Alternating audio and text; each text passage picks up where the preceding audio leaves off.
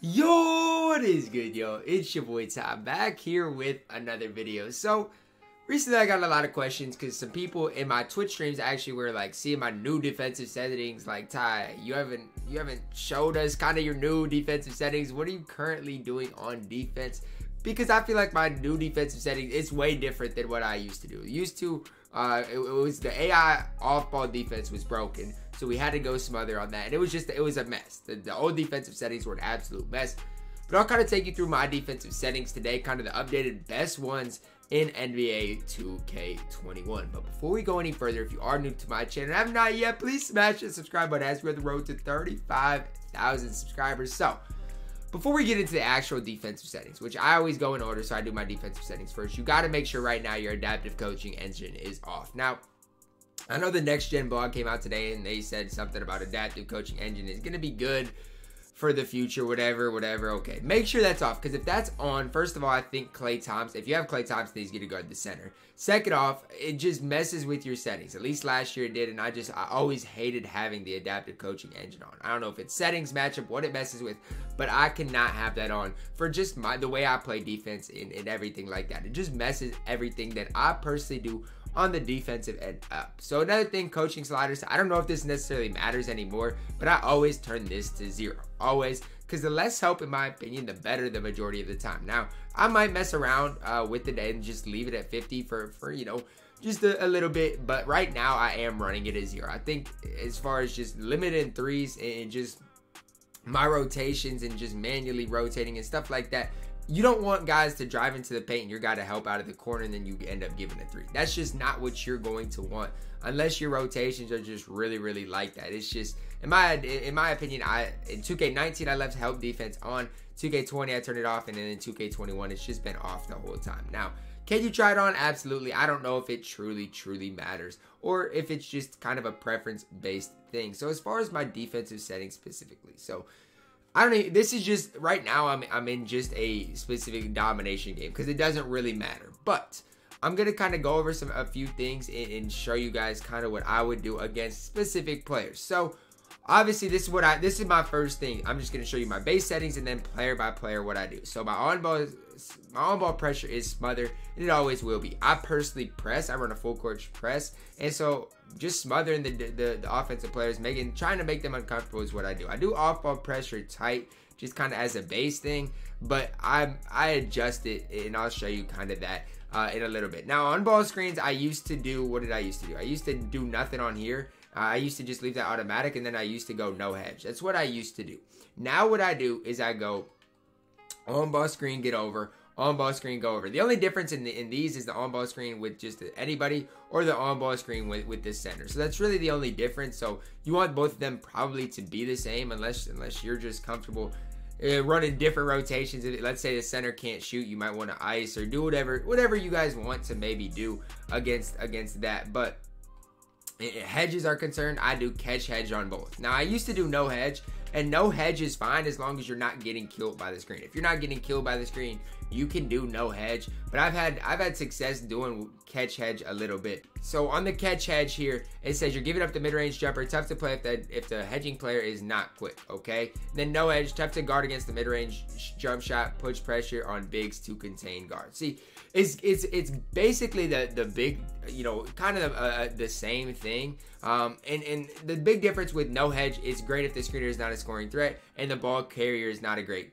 shooter. But that's like the biggest difference is with the catch hedge. Obviously, you with no hedge, you're not gonna be able to guard it. Steph Curry coming off the screens, and with the catch hedge, it does help just a little bit. And that's kind of the biggest thing I have noticed. Just a little bit. As you guys can see, even with the diagram, it looks basically the same. But with the catch hedge, they're willing to step up a little bit more as compared to the no hedge. So I do run catch hedges, especially against a guy like Steph Curry. Now, if you're playing John Wall or a Stephon Marbury, Derrick Rose, with a center that can't shoot, you can go no hedge. Even with a center that can shoot, if you're playing a guy like those, you can still go no hedge. But I just prefer going catch hedge. Now, the only other defensive setting I do, before I get into the specifics, I do no help and no help. Because here's the thing, if you leave it on auto right on the screen, you might have guys rotating, and it's not the worst thing. It's not the worst thing if you have guys rotating And again, I might try it out and try to get my rotations crisp, because sometimes I do have to hedge high with the center,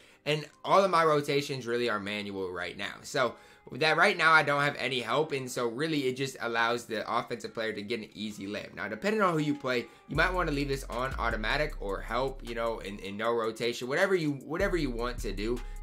That is totally up to you, to be honest with you. Now, I might try some different things, but right now, currently in the era, I'm running no help and no help. Again, I might keep trying some different things, seeing what I like. If anything, I might do auto, because I do like kind of that first rotation. Then maybe just reading and reacting, because on defensively, I think I'm good enough to do so. So here's the deal: when you get into specific guys, the only thing I adjust with specific guys is on-ball pressure and off-ball pressure. So let's say this is Steph Curry.